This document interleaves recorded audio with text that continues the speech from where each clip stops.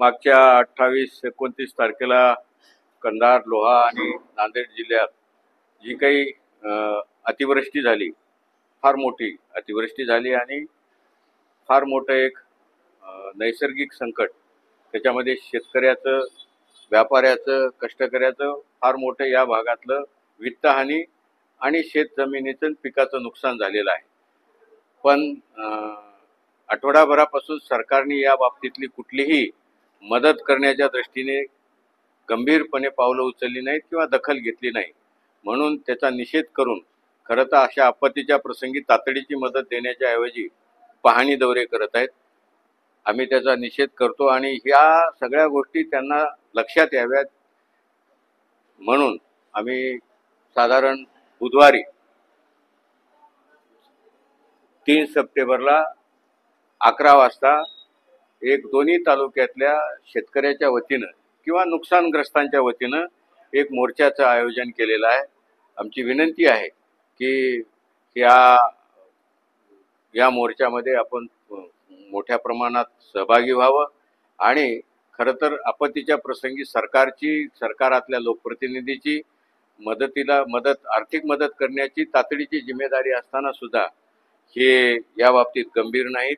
संवेदनशीलता यांची संपलेली आहे आणि हे त्यांच्या लक्षात आणून देण्यासाठी या मोर्चाचं आयोजन आहे. आमची विनंती आहे की आपण आम्ही काही गावाला जाऊन भेटून बघितलं की अतोनात नुकसान आहे आणि सगळीकडेच आता सगळ्या गावाला जाणं शक्य नसल्यामुळं आम्ही हे प्रश्न सरकारी दरबारी त्यांच्यावर दबाव वापरण्यासाठी म्हणून आम्ही मोर्चाचं आयोजन केलेलं आहे. आपण सगळ्यांनी याच्यात सहभागी व्हावं अशी आमची विनंती आहे. कशी मागणी झाली म्हणजे मुआवजा कसा पाहिजे? नाही, आम्ही मागण्या जवळपास 5 ठेवलेल्या आहेत.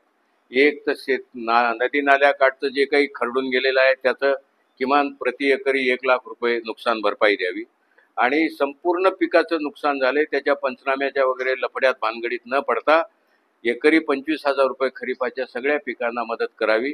त्याच्यानंतर त्याच्यात दुसरी मागणी घातली की शेतकऱ्याची कर्जमुक्ती व्हावी आणि जे काही गुरंढोरं जे गेलेत, प्राणहानी झाली, त्याचे जर निकष ठरलेले आहेत त्यांना तातडीने मदत द्यावी असं आम्ही मागणी केलेली आहे. त्याच्यामध्ये आता मोर्चा आहे म्हटल्यानंतर सगळ्याचं म्हणणं पडलं की बा ओल्या दुष्काळाची मागणी करा, म्हणून आम्ही ओल्या दुष्काळ जाहीर करावा ही मागणी घातली. विशेषतः लोहा शहरामध्ये आणि व्यापाऱ्यांची दुकाने अक्षरशः वाहून गेलेली आहेत. म्हणजे लाखो रुपयांचं नुकसान झालेलं आहे. नगरपालिका पंचनामे करते, त्याची गरज आहे काय त्याबद्दल काय?